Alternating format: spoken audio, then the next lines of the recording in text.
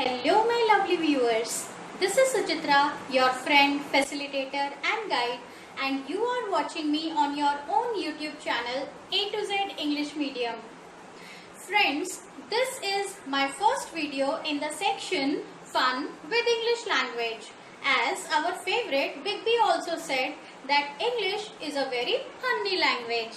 So yes, today in this video I have brought one such feature of English language in which I am going to explain you the difference between the literal meaning or literal language and the figurative meaning or the figurative language.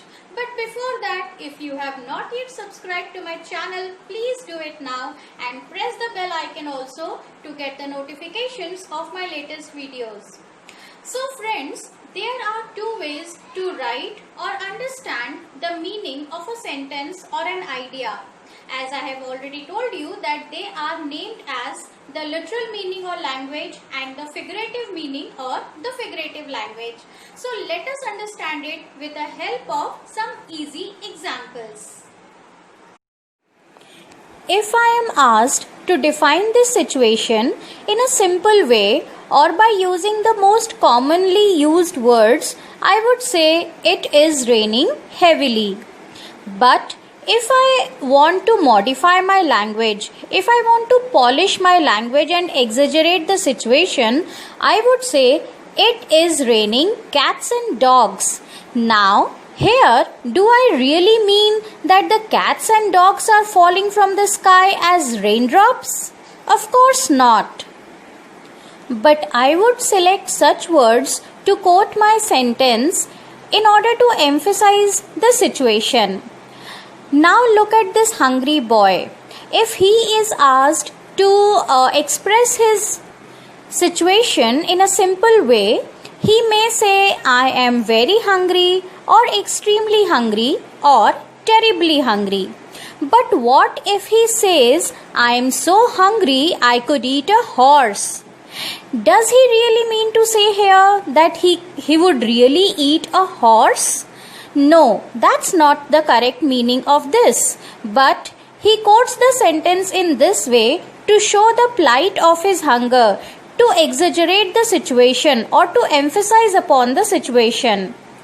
Thus, we may conclude that the literal language is when we say what we mean, or in the literal language, the words actually mean what we find in most of the translators or in a dictionary. Whereas, the figurative language helps us create an image in our mind while reading. It fosters our thinking process and makes reading fun. And it also adds magic to our words.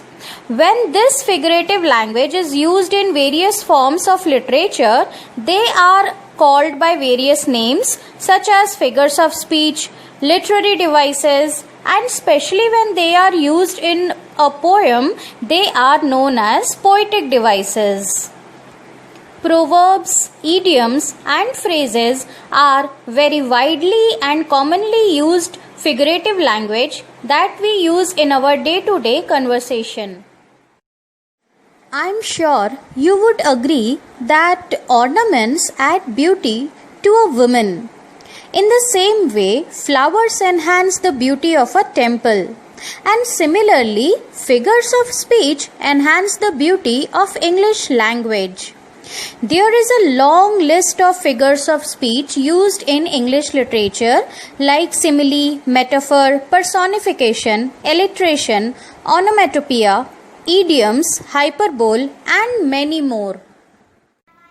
So friends, in my upcoming videos, I am going to bring for you some very important, interesting and widely used figurative languages so that you can use them in your everyday conversation and make your communication skill strong, more appealing and interesting.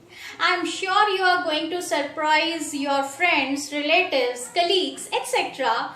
by using this figurative language in your communication. So stay tuned to A to Z English Medium. Don't miss to watch my upcoming videos in the segment Fun with English Language, and at the same time keep watching my syllabus oriented videos also.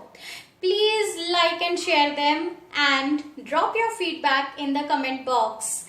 That's it for today. See you soon. Take care.